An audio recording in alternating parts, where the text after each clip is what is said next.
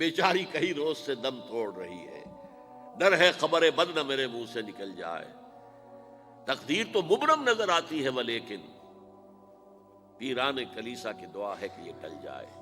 تو پہلی بات میری ختم ہوئی، عالمی نظام خلافت دنیا کی تقدیر مبرم ہے، ہو کر رہے گی، اس میں کسی صاحب ایمان کو کوئی شک، کوئی شبہ، کوئی ریب نہیں ہونا چاہیے۔ البتہ اس کا اب دوسرا پہلو کیا ہے، اس کا آغاز کہاں سے ہوگا؟ پہلی بات تو یہ، ہمارے بعض لوگوں کے ذہنوں میں، سادہ دل لوگ وہ سمجھتے ہیں کہ پوری دنیا میں ایک ہی دفعہ آ جانی چاہیے۔ یہ کوئی علاقائی خلافت تو نہیں ہو سکتی، خلافت تو عالمی ہوتی ہے۔ ان سے میں کہتا ہوں عالمی خلافت کب تھی جناب؟ یہ تو نہ خلافت راشدہ میں عالمی تھی، کیا ہندوستان شامل تھا اس میں؟ کیا چین شامل تھا؟ کیا یورپ شامل تھا؟ اور پھر جو خلافت کے نام سے جو ملوکیت چلی ہے، وہ بھی صرف آپ دور بنو امیہ میں کہہ سکتے ہیں کہ وہ پورا عالم اسلام کم سے کم اس کے تحت تھا۔ بعد میں خلافت عباس، بنو عباس میں، اور فاطمیین کی خلافت میں، اور آل عثمان جو ہیں آٹومان ٹرکس کی خلافت میں ٹکڑے تھے، حصے بکھرے تھے، کوئی مانتا تھا، کوئی نہیں مانتا تھا۔ اور سب سے بڑی بات یہ، اگر ایک دم پوری دنیا پر خلافت قائم ہو سکتی تو حضور کے دست مبارک سے ہوتی، لیکن نہیں ہوئی۔ نتیجہ کیا نکلا؟ ایک ملک میں حضور نے قائم کر دی، جزیرہ نما عرب، یہاں خلافت قائم ہو گئی، حضور خلیفہ ہے۔ اس کے بعد آپ کے خلفائے راشدین نے پھر اس کو وسعت دی، شرقاً غرباً شمالاً۔ 3 کالمز نکلے ہیں فوجوں کے، صحابہ کرام کے، 3 کالمز، ایک ایسٹ ورڈ، ایک ویسٹ ورڈ، ایک نارتھ ورڈ۔ ایک عراق کو فتح کرتے ہوئے ایران میں پہنچ گیا، خراسان تک چلا گیا۔ ایک شام کو فتح کرتے ہوئے اور پھر سینائی پیننسولا سے ہو کر افریقہ میں داخل ہوا اور اٹلانٹک تک پہنچ گیا۔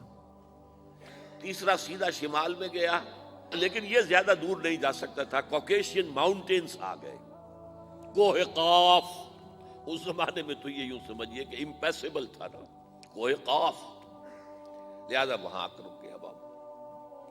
اب بھی یہ ہوگا، کسی ایک جگہ سے شروع ہوگا پھر پھیلے گا، اس کے سوا کوئی چارہ کار ہے ہی نہیں۔ اگر ہر جگہ پوری دنیا میں ایک ہی وقت میں ہو سکتا تو حضور کے دست مبارک سے ہوتا صلی اللہ علیہ وسلم۔ اب وہ نقطہ کون سا ہوگا، نقطہ آغاز کون سا ہوگا؟ اس میں پہلی بات تو میں نے کہا، جو شک کرے گا اس کا پھر ایمان مشکوک ہے۔ ہوگا، لازماً ہوگا، گلوبل ہوگا، پوری دنیا میں ہوگا۔ کہاں سے شروع ہوگا اس میں آپ اختلاف کر سکتے ہیں، لیکن مجھے تو 2 حدیثیں تو ملی ہیں جن سے یہ اندازہ ہوتا ہے کہ یہ اس مشرقی خطے سے ہوگا، عرب کے مشرق کی جانب کسی ملک سے ہوگا، کسی خطے سے ہوگا۔ وہ حدیثیں بھی اب آپ پڑھ لیجیے پہلے۔ پھر میں کہہ رہا ہوں یہ خزانہ ہے جو ہم نے آپ کی خدمت میں پیش کیا ہے، کاش کہ آپ اس کی قدر کر سکیں، یہ حدیثیں آپ کو ازبر ہو جائیں، یاد ہو جائیں، لوح قلب پر نقش ہو جائیں۔ ہندوستان اور خراسان یعنی موجودہ افغانستان کا ذکر ابن ماجہ کی روایت ہے، عن عبداللہ ابن الحارث رضی اللہ تعالی عنہ قال رسول اللہ صلی اللہ علیہ وسلم یخرج ناس من المشرق یوطئون للمہدی یعنی سلطانہ، یعنی سلطانہ، دونوں طرح سے پڑھ سکتے ہیں۔ حضرت عبداللہ ابن حارث فرماتے ہیں رضی اللہ تعالی عنہ کہ حضور نے ارشاد فرمایا، مشرق کی طرف سے وہ فوجیں نکلیں گی، لوگ آئیں گے جو عرب میں مہدی کی حکومت قائم کریں گے۔ یہ مہدی کون ہوں گے اس کا ذکر میں ذرا بعد میں کروں گا، لیکن نوٹ کر لیجئے کہ مہدی سے پہلے لازماً کسی مشرقی علاقے کے اندر وہ نظام قائم ہو چکے گا، تب وہاں سے فوجیں آئیں گی نا۔ یہ مشرق کون سا ہے؟ عرب کے مشرق میں آپ چلیے، ایران بھی آ جائے گا، افغانستان بھی ہے، پاکستان بھی ہے، اور اگر اسے اور توسیع دیں تو ہندوستان بھی ہے۔ یہ ہے عرب کا مشرق، اس سے فوجیں جائیں گی۔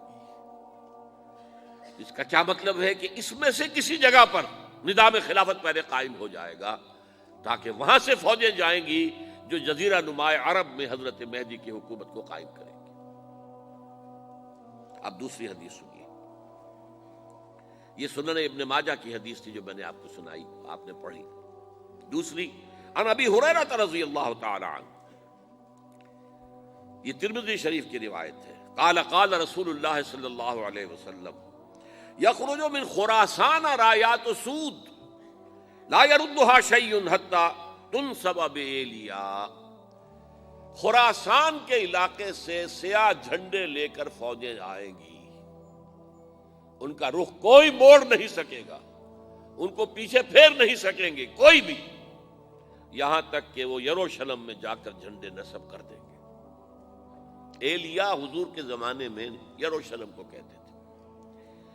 یہ یروشلم تھا جب حضرت سلیمان کی حکومت تھی، اور یہاں پر معبد سلیمانی، ہیکل سلیمانی قائم ہوا، پھر یہ یروشلم ہی رہا ہے تاریخ میں، یہاں تک کہ سن 70 عیسوی میں جب ٹائٹس رومی جنرل نے اس کو گرایا، ختم کیا، سیکنڈ ٹیمپل گرا دیا، اور یہاں سے یہودیوں کو کہا نکل جاؤ یہاں سے، کوئی یہودی باقی نہیں رہا، تب بالکل تہو بالا برباد کر دیا۔